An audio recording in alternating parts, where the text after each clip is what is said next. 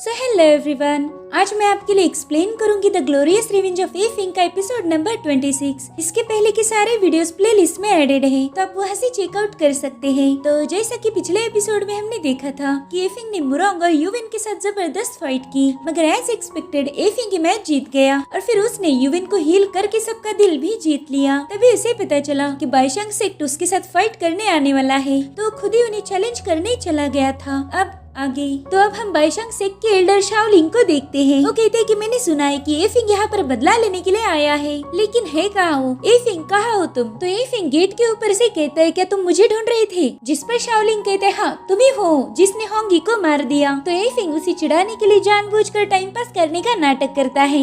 शाओलिंग कहता है कि जब मुझे पता चला कि तुमने होंगी को मारा है तो मुझे लगा था कि तुम कोई हाई लेवल के एक्सपर्ट होगे, मगर तुम तो बाइडन लेवल के मामूली से कल्टीवेटर हो। जिसके बाद वो अपनी स्वॉर्ड निकाल लेता है। वहाँ मौजूद लोग बोल रहे थे कि तो वॉरफोर्ज की चौथी लेवल का कल्टीवेटर है, यानी कि एफिंग से बहुत ज्यादा पावरफुल है। अब शाओलिंग अपनी स्वॉर्ड को मूव करते हुए कह रहा था कि एफिंग आज मैं तुम्हारा दिल निकाल कर उससे एक बढ़िया क्वालिटी की वाइन बनाऊंगा। जिसके बाद वो एफिंग पर हमला करने चला जाता है, लेकिन इससे पहले कि वो एफिंग को कुछ कर पाए एफिंग ने उस पर एक पावरफुल अटैक कर दिया था, जिससे शाओलिंग सीधे एक दीवार से जाके टकरा जाता है। उस दीवार पर भी क्रैक्स पड़ गए थे, तो हम समझ सकते हैं कि शाओलिंग पर कितना जोरदार हिट हुआ होगा। और अब वो सीधे जमीन पर आके गिर जाता है। वो दोबारा से उठने की कोशिश कर रहा था, मगर तभी उसकी जान चली जाती है। अब एक बंदा बोल रहा था कि एफिंग ने तो एक ही मूव में बाईशांग के एल्डर का काम तमाम कर दिया। उसकी साइड में यूवेन और मुरोंग भी खड़े थे। उन दोनों को देखकर कहता है कि अब मैं समझा, जब एफिंग इनके साथ फाइट कर रहा था तब उसने अपनी पूरी पावर्स का यूज किया ही नहीं था, मगर फिर भी ये दोनों उससे हार गए। एफिंग ने अपनी सारी पावर्स बचा के रखी थी। अब वहाँ पर बाईशांग सेक्ट के दूसरे दो एल्डर पहुँच जाते हैं। उस औरत का नाम युंग था और उस बंदे का नाम था टियानशु, और ये दोनों भी वॉरफोर्ज की 5वीं लेवल के कल्टीवेटर्स थे, यानी कि शाओलिंग से भी बहुत ज्यादा स्ट्रॉन्ग थे। वो आते ही एफिंग से कहते कि तुम एक नंबर के बेरहम इंसान हो। जिस पर एफिंग कहता है कि जो दूसरों को तकलीफ पहुंचाता है उसे खुद भी तकलीफ होती है। तुम्हारी होंगी ने पहला अटैक मुझ पर किया था, तो मैंने खुद को बचाने के लिए उसके साथ फाइट की थी। और जैसा कि मैंने पहले भी बताया है कि मैंने होंगी को नहीं मारा, ये काम किसी और का है और उसी ने मुझे इसमें फ्रेम किया है। तो युंग गुस्से में अपने वेपन को समन करके कहती कि भले ही तुमने होंगी को नहीं मारा हो, लेकिन अभी अभी तुमने शाओलिंग को मार दिया। एफिंग समझ गया था कि ये दोनों भी उसके साथ फाइट करने आए हैं। तभी लिन कहती कि मैं भी तुम्हारे साथ चलूंगी, प्लीज मुझे तुम्हारी मदद करने दो। तो एफिंग कहते अरे कोई जरूरत नहीं, वैसे भी तो ये दो ही लोग हैं और इन दोनों से निपटने के लिए मैं नहीं चाहता कि मेरी सर्वेंट इनके साथ फाइट करे, उनके लिए तो मैं ही काफी हूँ। वो जानबूझकर नानगोंग लिन को सर्वेंट बोल के चिढ़ा रहा था, तो भी गुस्से में कहते ठीक है फिर जाओ, तुम्हें जो करना है वो करो। इधर एफिंग इन लोगों के साथ फाइट करने चला जाता है। युंग भी उसकी तरफ जंप लगाती है, जिसके बाद ये दोनों भी फाइट करना शुरू कर देते हैं। उसने एफिंग की स्वॉर्ड को अपने वेपन से रोक लिया था,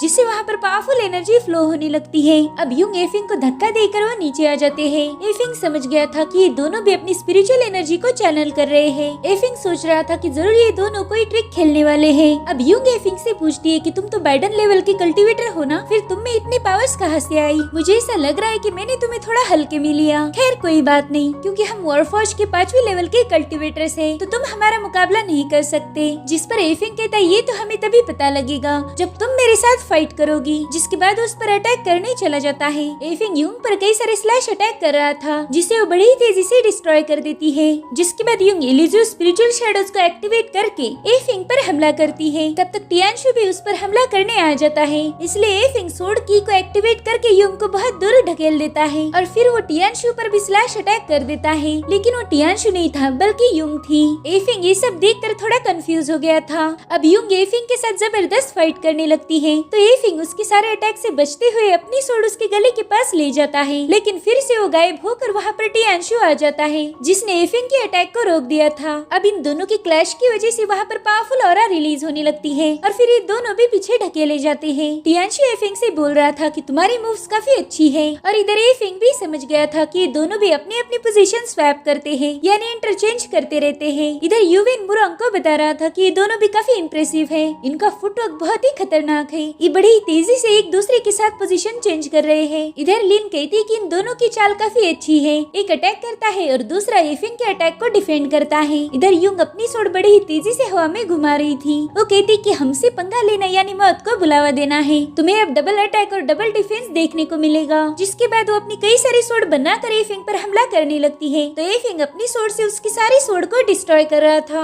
अब वो एफिंग के पास आकर उसके साथ लड़ने लगती है। वो फाइट करते हुए कह रही थी कि जल्दी से सरेंडर कर दो और मेरे साथ बाईशांग सेक चलो। अगर तुम सरेंडर करते हो तो तुम्हें आसानी से मारा जाएगा, नहीं तो फिर हमारे सेक लीडर तुम्हें तड़पा तड़पा के खत्म कर देंगे। अब उसके साथ फाइट करते हुए एफिंग उस पर हमला करने चला जाता है, लेकिन तभी वहाँ पर यूंग की जगह टियानशु पहुँच जाता है। एफिंग कहता है सरेंडर, मेरे ख्याल से वो मैं नहीं बल्कि तुमने करना चाहिए। और अब एफिंग 3 एट्रीब्यूट्स ऑफ मंत्रा को एक्टिवेट कर देता है, जिससे यूंग और टियानशु के पैर बर्फ में जम गए थे। यूंग को ये देखकर काफी हैरानी हो जाती है, क्योंकि अब ये लोग अपनी इल्यूजिव स्पिरिचुअल शैडो को यूज नहीं कर पाएंगे और अब आसमान से उन पर थंडर और फायर बरसने लगती है। ये सब देखकर टियानशु काफी शॉक हो जाता है। वो कहता है एफिंग, तुम तो इन तीनों एलिमेंट्स को मैनिपुलेट कर रहे हो। हमसे बहुत बड़ी गलती हो गई जो हमने तुम्हें हल्के में लिया। तुम तो एक्सट्रीमली पावरफुल हो। अब वो अपनी शील्ड से उस पर गिरने वाली फायर और थंडर को रोक रहा था। तो एफिंग उससे कहता है कि अगर तुम लोग अपनी पोजीशन इतनी जल्दी बदल सकते हो तो मैं भी तीनों एलिमेंट्स को चेंज कर सकता हूँ। यूंग एफिंग से कह रही थी कि मैं तो बस तुम्हें कैप्चर करने आई थी, लेकिन अब मैंने मेरा इरादा बदल दिया है। अब तो मैं तुम्हें खत्म कर दूंगी। जिसके बाद वो खुद को बर्फ से आजाद करते हुए एक बहुत बड़ी शील्ड बना लेती है। इधर यूवेन उस शील्ड को देखकर काफी डर जाता है। वो कहता है कि ये तो एक बैरियर है जिससे कोई बाहर नहीं जा सकता। तो एफिंग उस बैरियर पर स्लैश अटैक कर देता है, लेकिन उस बैरियर पर कोई फर्क नहीं पड़ता। तो कहता है अरे बाप रे, मेरी तो सोड एनर्जी भी इसके आगे फीकी पड़ गई। और तभी यूंग अपने कई सारे इल्यूजन बना देती है। वो सारे के सारे एफिंग पर हमला करने चले जाते हैं और ये देखकर लिन काफी डर जाती है, मगर तभी उसके कंधे पर कोई हाथ रखता है। वो पीछे मुड़कर देखती है कि ये तो एफिंग है। वो उससे पूछती है कि अगर तुम यहाँ पर हो तो वहाँ कौन है? तो कहता है कि वो तो मेरा इल्यूजन है। लिन कहती है कि अगर ये इल्यूजन है तो पता नहीं ये लोग इतनी आसानी से कैसे बेवकूफ बन गए। इधर एफिंग का इल्यूजन यूंग के इल्यूजन को दूर ढकेल देता है। तभी टियानशु कहता है यूंग, जल्दी से इसे खत्म कर दो, हमारे पास ज्यादा वक्त नहीं है। इसलिए यूंग जाकर बड़ी ही तेजी से एफिंग पर हमला करना शुरू कर देती है। वो बहुत तेज थी, जिस वजह से एफिंग उसके हमले को रोक नहीं पाता और उसकी बॉडी पर कई सारे कट्स लग जाते हैं। साथ ही उसकी स्पिरिचुअल एनर्जी भी अब पीक पर पहुंच गई थी और टियानशु को भी ये बात पता चल गई थी। अभी लोग ऐसे ही एफिंग पर कई सारे अटैक्स करते जा रहे थे। यूंग कह रही थी कि होंगी की मौत का बदला हम जरूर लेंगे, अब तुम्हारा आखिरी समय आ चुका है। जिसके बाद वो एफिंग की इल्यूजन पर पावरफुल अटैक करके उसे डिस्ट्रॉय कर देती है। यूंग और टियानशु काफी खुश हो गए थे। उन्हें लग रहा था कि उन्होंने एफिंग का काम तमाम कर दिया, इसलिए उस बैरियर को भी हटा देती है। और तभी एफिंग पीछे से उन पर हमला करने आ जाता है। एफिंग को जिंदा देखकर इन दोनों के तो होश ही उड़ गए थे। अब वो दोनों भी बारी बारी एफिंग पर हमला करने लगते हैं और तभी एफिंग अपनी कई सारी शैडोज क्रिएट करता है जो उनकी इर्द गिर्द गोल गोल घूम रही थी। अब एफिंग के क्लोन्स उनके साथ लड़ने लगते हैं और इन दोनों को समझ नहीं आ रहा था कि आखिर उन्होंने सामना किसका करना है और इसी चक्कर में वो दोनों भी घायल हो जाते हैं। यूंग उससे पूछती कि बताओ तुमने इल्यूजन कब क्रिएट किया था? जिस पर एफिंग कहता है कि तुम शुरू से ही मेरे इल्यूजन के साथ फाइट कर रही थी, मैंने तो फाइट में हिस्सा ही नहीं लिया। और अब वहाँ पर एक ग्रीन कलर का फॉर्मेशन क्रिएट हो जाता है। इसी फॉर्मेशन की वजह से एफिंग काफी फेमस भी था। दरअसल एफिंग ने इसी फॉर्मेशन का यूज करके अपने क्लोन को वहाँ भेजा था। टियानशु कह रहा था कि तुमने हमारे साथ फेयर फाइट नहीं की बल्कि ट्रिक खेली है। जिस पर एफिंग कहता है कि मैं तो बस बाकी के लोगों को दिखाना चाहता था कि बाईशांग सेक के लोग कितने ज्यादा बेवकूफ है और तुम दोनों ने ये बात अच्छे से साबित भी कर दी। एफिंग की बातें सुनकर यूंग को बहुत गुस्सा आ जाता है, तो सीधे अपनी सोर्ड लेकर उस पर अटैक करने चली जाती है। तो एफिंग तुरंत ही अपनी चुटकी बजाता है, जिससे वो वहीं पर रुक जाती है। अब वो एफिंग को टच भी नहीं कर सकती थी, जिसके बाद एफिंग उसे बहुत दूर ढकेल देता है। अब उस पूरे फॉर्मेशन में लाइटनिंग गिरने लगती है, जिसके बाद एफिंग कहता है कि अब मैं तुम दोनों को खत्म कर दूंगा और फिर वो डीमन स्लिंग फॉर्मेशन क्रिएट करता है। साथ ही एफिंग ने उसमें थंडर की पावर्स भी ऐड कर दी थी। उस फॉर्मेशन को देखकर एफिंग के साथ यूं के तो होश ही उड़ गए थे और अब यूंग पर एक जानलेवा लाइटनिंग गिरने वाली थी कि तभी उसे बचाने के लिए टियानशु बीच में आ जाता है, मगर टियानशु भी उस लाइटनिंग को रोक नहीं पाता और वो दोनों भी भून कर मारे जाते हैं। दरअसल ये दोनों भी बाईशांग सेक की शान थे। ये अपनी मूव की वजह से काफी फेमस भी थे, लेकिन एफिंग के सामने उनकी एक न चल पाई। अब एफिंग वहाँ से जाने लगता है। तभी एक बंदा कह रहा था कि बाप रे, एफिंग तो महाशक्तिशाली है। एफिंग ने बाईशांग सेक के 2 एल्डर्स को इतनी आसानी से मार दिया। इसका मतलब ये है कि एफिंग के बारे में जो भी चर्चाएं हमने सुनी है वो सही है। इधर यूवेन भी एफिंग को देखकर बहुत हैरान था। वो सोचता है कि जब एफिंग की मेरे साथ फाइट हुई थी तब अगर वो अपनी असली पावर यूज करता तो शायद मैं बुरी मौत मारा जाता, लेकिन उसने तो मुझे हील किया।